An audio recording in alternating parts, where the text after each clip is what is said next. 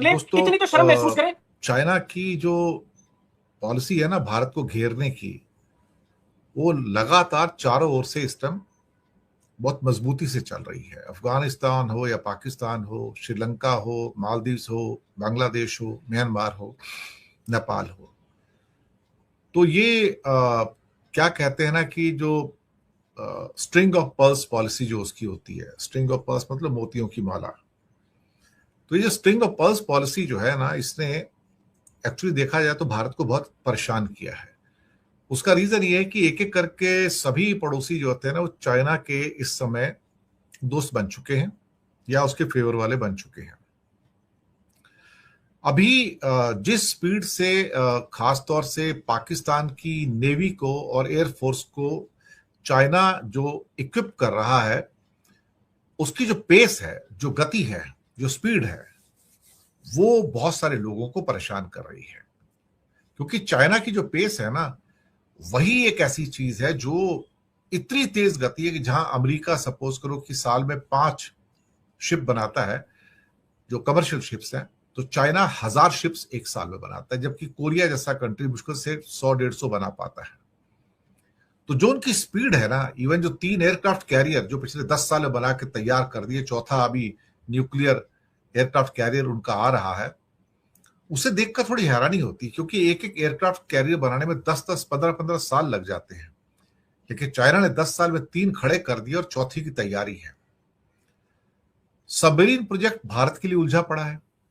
पिछले 10 सालों से हम सिर्फ बात सुन रहे हैं कि जर्मनी बनाएगा बनाएगा, 8 सबमरीन मिलेंगी, एआईपी वाली होंगी, जिसको कि क्या कहते हैं कि एयर इंडिपेंडेंट प्रोपल्शन कहा जाता है, जिसमें काफी लंबे टाइम तक वो नीचे समुद्र में रह सकती है। और चाइना ने 4 जो सबमरीन थी वो उनको हैंडओवर कर दी पाकिस्तान को, इतनी जल्दी बना के, और 4 और बना के 2032 तक वो पूरा हो जाएगा। ये थोड़ी सी जो है ना, हैरानी वाली बात है। दूसरी बात, एक सबमरीन की फैक्ट्री भी कराची के पास लगने जा रही है। अब वो सारी फैक्ट्री भी चाइना ही लगाएगा। इसका मतलब कि उसकी जो स्पीड होगी, जो फैक्ट्री को लगाने की जो स्पीड होगी, वो भी बहुत तेज होगी। अब इंडिया में करीब करीब हमने 30 साल पहले 6 सबमरीन्स के प्रोजेक्ट के बारे में सोचा, और अभी तक वो फाइनल नहीं हुआ, जबकि चाइना ने पाकिस्तान को सबमरीन बना के भी सौंप दिया। साहब, हम जर्मनी की कंपनी के साथ सिर्फ आज तक प्रोजेक्ट को भी फाइनल नहीं कर पाए, जबकि वो भी एआईपी टेक्नोलॉजी वाली थी। 6 सबमरीन होनी है, 75I प्रोजेक्ट इसका नाम है, लेकिन कुछ भी अभी तक नहीं हुआ। 8 से 10 बिलियन डॉलर की लागत थी, और अभी तक कुछ नहीं हो रहा उसके साथ में।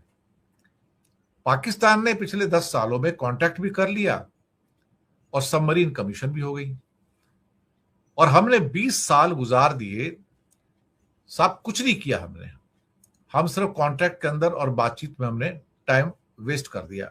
अनाउंसमेंट जरूर होते हैं, लेकिन उन अनाउंसमेंट का फायदा क्या अगर जमीन पे एक भी सबमरीन नहीं आती है। अब पाकिस्तान ने चीन के साथ जो सौदा किया था वो 5 बिलियन डॉलर का था, जिसमें पाकिस्तान को 8 सबमरीन मिल रही थी, और 4 मिल गई उसको। और 2032 तक, 2032 तक उसको 4 और मिल जाएंगी। और कराची शिपयार्ड के अंदर अब वो अपनी टेक्नोलॉजी ट्रांसफर करके वहां पर ये 4 और बना के 2032 तक पूरा का पूरा 8 ऑपरेशनल हो जाएंगी। तो भारत के लिए यहां से खतरा आ रहा है, क्योंकि हम बातें कर रहे हैं और चाइना बना रहा है। मुझे लगता है कि पाकिस्तान मीडिया में भी इसको काफी रिपोर्ट किया गया है, और ये बात इंडिया के भी जो डिफेंस जर्नल्स हैं या डिफेंस के जो डोमेन्स हैं, उनसे ये बात छिपी नहीं है कि वो इस टेक्निक में थोड़े आगे जाते नजर आ रहे हैं। ये ठीक है कि इंडिया के पास 2-3 क्या कहते हैं कि न्यूक्लियर सबमरीन्स हैं जो कि लीज पे ली हुई हैं रशिया से, लेकिन जो कन्वेंशनल सबमरीन्स हैं वो भी तो चाहिए ना, उसके बिना कैसे काम चलेगा। तो कहीं ना कहीं जो चाइना जिस तेजी से निर्माण कर रहा है, जो मैन्युफैक्चरिंग कर रहा है, वो पूरी दुनिया को हैरान कर रहा है कि आप 4-5 साल के अंदर हर साल एक एक पनडुब्बी बना रहे हो, हर साल एक एक आप सबमरीन बना के हैंडओवर करते चले जा रहे हो। ये अपने आप पे अनप्रेसिडेंटेड है, क्योंकि दुनिया में कोई भी मुल्क ऐसा नहीं है जो एक साल में एक सबमरीन आराम से बनाकर तैयार करते। चाइना के पास सिस्टम देखा जाए तो ऑलमोस्ट 60 से ज्यादा सबमरीन्स हैं, जिसमें से बहुत बड़ी संख्या में उनकी सबमरीन जो 10 से भी ज्यादा है वो न्यूक्लियर पावर्ड सबमरीन्स हैं। लेकिन वो न्यूक्लियर पावर्ड उन्होंने फिलहाल पाकिस्तान को तो नहीं दी है। लेकिन पाकिस्तान को जो सबमरीन्स मिल रही हैं तैयार होके, वो बहुत तेज गति से मिल रही है, फास्ट स्पीड से मिल रही है उनको। हम बातें कर रहे हैं, 20 साल से बातें करते जा रहे हैं। मुझे नहीं समझ में आता कि बातें करके क्या हो जाएगा। हम डिफेंस की प्रिपरेशन में हम पीछे चले जाएंगे, उससे कोई फायदा होने वाला नहीं है। तो कहीं ना कहीं एक्चुअली ये मोदी सरकार में हमेशा होता आया है कि अनाउंसमेंट बहुत बड़े बड़े हैं लेकिन इंडक्शन नहीं है। अनाउंसमेंट बहुत बड़े बड़े होते हैं लेकिन इंडक्शन नहीं होता। हमें कम से कम नहीं तो 300-400 एयरक्राफ्ट चाहिए थे पिछले कम से कम नहीं तो 20 सालों के अंदर एयरफोर्स के। हमारे पास आए कितने? 36 रफाल, बस फिनिश। बल्कि मोदी जी ने आते 126 रफाल का पत्ता काट दिया जो पहले कॉन्ट्रैक्ट हुआ था। तो हम तो खरीद ही नहीं रहे। हम तो देखा जाए तो कैपिटल एक्सपेंडिचर में खर्चा ही नहीं कर रहे। अगर ये हालात रहेंगे तो फिर आने वाले दिन तो हमारे डिफेंस के लिए तो बड़ी मुश्किलात में पड़ जाएंगे ना। India needs to catch up, it has to spend lot of money actually. लेकिन वो अनाउंसमेंट बहुत सारे हो रहे हैं लेकिन स्पेंडिंग नहीं हो रही है सब वहां पे। अब आते हैं ट्रंप की वॉर के ऊपर कि ट्रंप क्या कहना चाह रहे हैं। वो कहते हैं, आज उन्होंने वर्ड यूज किया ईरान के लिए, ल्यूनेटिक। अब ल्यूनेटिक इसको कहते हैं जो मेंटल तौर पे पागल होता है, कि हम पागलों के हाथ में एटम बम नहीं दे सकते। पागलों के हाथ में हम एटम बम नहीं दे सकते, ल्यूनेटिक के हाथ में हम एटम बम नहीं दे सकते। अब यहां पे तो सोचने वाली बात है कि पागल है कौन? वो तो खुद पागल है। उनकी अपनी एमपी सारा जैकब्स और ना जाने कितने लोग कह रहे हैं कि ये इंसान पागल है और उस पागल के हाथ में 5000 एटम बम है।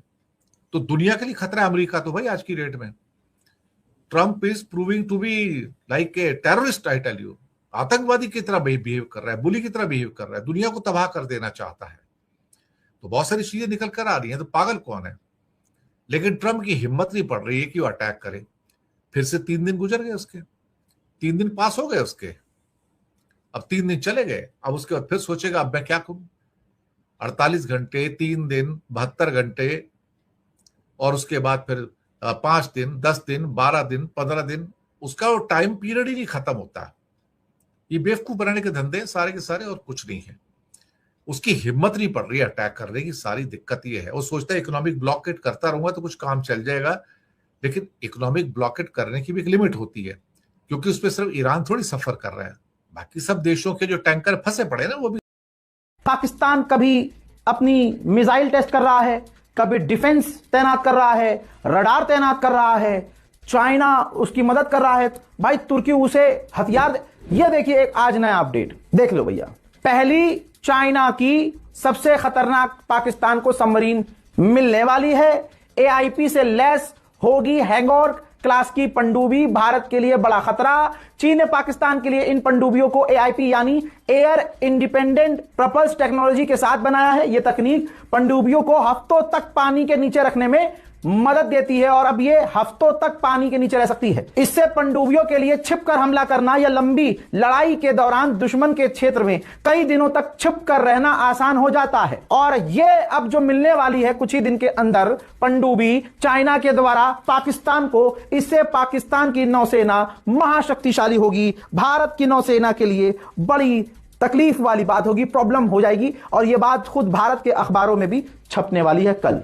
हजरत मोदी सरकार पाकिस्तान की बढ़ती ताकत को देखकर शायद अब हवा निकल रही है मोदी सरकार की। मोदी सरकार की औकात इतनी ही है कि सिर्फ भारत के अंदर मुसलमानों पर, दलितों पर और उनके खिलाफ, सरकार के खिलाफ बोलने वाले हिंदुओं पर एफआईआर करके, क्राइम ब्रांच, ये ईडी, सीबीआई करके पाकिस्तान जितना ताकतवर होता जा रहा है चाइना की मदद से, अब लग रहा है कि चाइना और पाकिस्तान और भी कई डील करने वाले हैं।